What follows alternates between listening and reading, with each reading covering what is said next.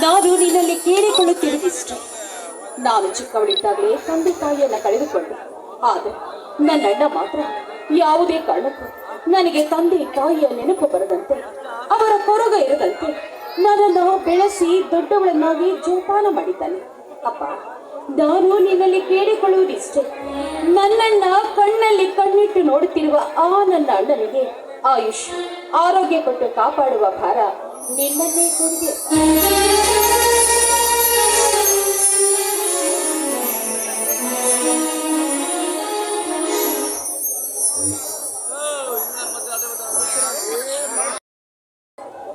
ಮೇಲೆ ಹೇಳಮ್ಮ ರಚನಾ, ನೀನು ಈ ಮನೆಯ ಸಾಕ್ಷಾತ್ ಮಹಾಲಕ್ಷ್ಮಿ ಕಣಮ್ಮ.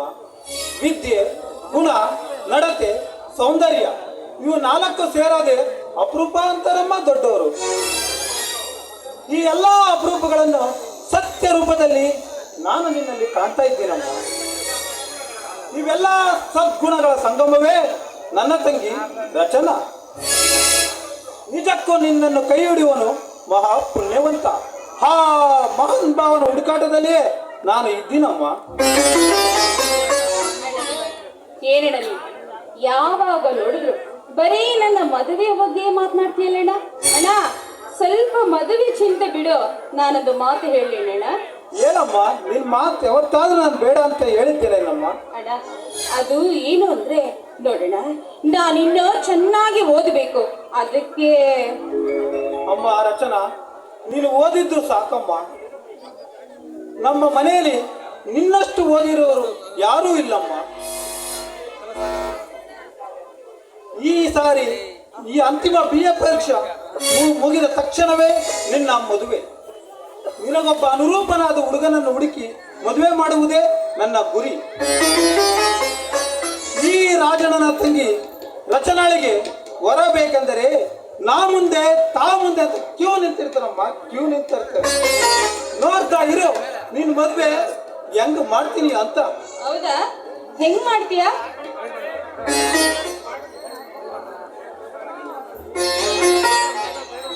ನಿನ್ ಮದ್ವೆ ಹೆಂಗ್ ಮಾಡ್ತೀನಿ ಅಂದ್ರೆ, ಇಡೀ ಊರಿಗೆಲ್ಲ ಚಪ್ರ ಹಾಕ್ಸಿ, ಇಡೀ ಊರಿನ ಜನಕ್ಕೆಲ್ಲ ಹೋಳಿಗೆ ಊಟ ಹಾಕ್ಸಿ, ಮೈ ತುಂಬ ಬಂಗಾರ ಹಾಕಿ ಬಹಳ ಅದ್ದೂರಿಯಾಗಿ ಮಾಡ್ತೀನಮ್ಮ, ಬಹಳ ಅದ್ದೂರಿಯಾಗಿ ಮಾಡ್ತೀನಿ. ಈ ಊರಲ್ಲಿ ಹಿಂದೆ ಯಾರು ಮಾಡಿರ್ಕೊಡ್ದು, ಮುಂದೆ ಯಾರು ಮಾಡಬಾರ್ದು. ಆ ವೈಭವವನ್ನು ನೋಡಿ ಈ ಊರಿನ ಜನ ಎಲ್ಲ ಅಸೂಯೆ ಪಡ್ಬೇಕಮ್ಮ, ಅಸೂಯೆ ಪಡಬೇಕು. ಕುಬೇರ ಅಂತ ಹುಡುಗನನ್ನು ತಂದು ನಿನಗೆ ಮದುವೆ ಮಾಡ್ತೀನಿ ಕಂದ. ಇದೇನ ಕಂಡ ಕನಸು. ನಿನಗಾಗಿ ನಾನು ಏನ್ ಬೇಕಾದ್ರೂ ಮಾಡ್ತೀನಿ ಕಂದ. ನೀನು ನನಗೇನು ಮಾಡೋದು ಬೇಡ, ದಯವಿಟ್ಟು ನನಗೆ ಓದೋದಕ್ಕೆ ಅವಕಾಶ ಮಾಡಿಕೊಟ್ರೆ ಅಷ್ಟೇ ಸಾಕಣ್ಣ. ಕಂದ ಬೇಡಮ್ಮ ರಚನಾ, ಈ ವಿಚಾರದಲ್ಲಿ ನೀನ್ ಅಣ್ಣನನ್ನು ನಿರಾಸೆ ಮಾಡಬೇಡಮ್ಮ. ನಿನ್ನ ಬಾಳು ಬಂಗಾರ ಮಾಡುವುದೇ ನನ್ನ ಗುರಿ, ಅದೇ ನನ್ನ ಆಸೆ. ಒಟ್ಟಾರೆ ನನ್ನ ಸರ್ವಸ್ವವೇ ನನ್ನ ತಂಗಿ ರಚನಾ. ನೀನು ಜೀವನದಲ್ಲಿ ನಗು ನಗುತ್ತಾ ಸುಖವಾಗಿ ಬಾಳೋದೇ ನನ್ನ ಆಸೆ ಕಂದ. ಅಣ್ಣ, ಜೀವನದಲ್ಲಿ ನೀನು ಅಷ್ಟೆಲ್ಲ ಕನಸು ಕಾಣ್ತಾ ಇದೆಯಲ್ಲ, ಅಲ್ಲ ಒಂದು ವೇಳೆ ಆ ಕನಸು ನನಸಾಗದೆ ಹೋದ್ರೆ ಅದರಿಂದ ಅತಿಯಾದ ಪಶ್ಚಾತ್ತಾಪ ಪಡಬೇಕಾಗುತ್ತೆ. ಅದಕ್ಕಾಗಿ ಹೇಳೋದು, ಅತಿಯಾಗಿರೋ ಕನಸು ಕಾಣಬಾರದು ಅಂತ. ರಚನಾ, ಕನಸು ಕಾಣಬೇಕು ನಿಜ, ಅದನ್ನು ನನಸು ಮಾಡುವ ಛಲ ನನ್ನಲ್ಲಿ ಇದೆ ಅಮ್ಮ. ಅಣ್ಣ, ಯಾಕಮ್ಮ ನಿನ್ನ ಕಣ್ಣಲ್ಲಿ ತಂದೆ ತಾಯಿ ನೆನಪಾದ್ರೆ, ಅಪ್ಪ ಅಮ್ಮ ತಂದೆ ತಾಯಿಗಿಂತ ಹೆಚ್ಚಾಗಿ ಪ್ರೀತಿ ಮಾಡುತ್ತಿರುವಾಗ, ಈ ಅಣ್ಣ ಇರುವಾಗ ನೀನ್ ಯಾಕಮ್ಮ ಅಳಬೇಕು? ಹೌದು ಅಣ್ಣ, ಚಿಕ್ಕವಳಿದ್ದಾಗಲೇ ನಾನು ತಂದೆ ತಾಯಿಯನ್ನ ಕಳ್ಕೊಂಡೆ. ಆದ್ರೆ ಅಂದಿನಿಂದ ಇಂದಿನ ತನಕ ನನಗೆ ಅವರ ನೆನಪು ಬರದಂತೆ, ಅವರ ಕೊರತೆನೇ ಇರದಂತೆ ನನ್ನನ್ನೇ ಜೋಪಾನವಾಗಿ ಸಾಕಿರುವ ನನ್ನ ಪ್ರೀತಿಯ ಅಣ್ಣನೇ ಅಲ್ಲಡ. ನೀನು ನಿನ್ನ ತಂಗಿಯ ಮೇಲೆ ಅದೆಷ್ಟೊಂದು ಆಸೆ ಆಕಾಂಕ್ಷೆಗಳನ್ನ ಇಟ್ಕೊಂಡಿದ್ಯಾ.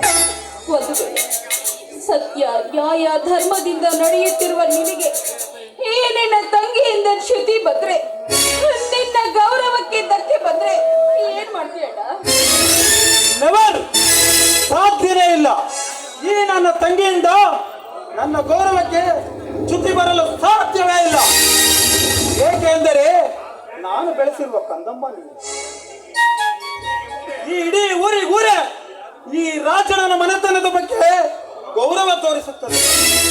ಅಮ್ಮ ರಚನಾ, ನನ್ನ ಸ್ವಾಭಿಮಾನ, ಸತ್ಯ, ಪರತೆ ಕೊಳಕು ನೀರಲ್ಲಿ ಕೊಚ್ಚಿ ಹೋಗಲು ನಾನು ಬಿಡುವುದಿಲ್ಲಮ್ಮ, ಬಿಡುವುದಿಲ್ಲ. ತಮಾಷೆಗೂ ಈ ರೀತಿ ಮಾತನಾಡಬೇಡಪ್ಪ. ತಪ್ಪಾಯ್ತಣ್ಣ, ನಾನು ಮಾತನಾಡಿದ್ದು ತಪ್ಪಾಯ್ತು. ಇನ್ನೊಂದ್ಸರಿ ಯಾವತ್ತೂ ನಾನು ಎತ್ತಿ ಮಾತಾಡಲ್ಲ, ಆಯ್ತಾ?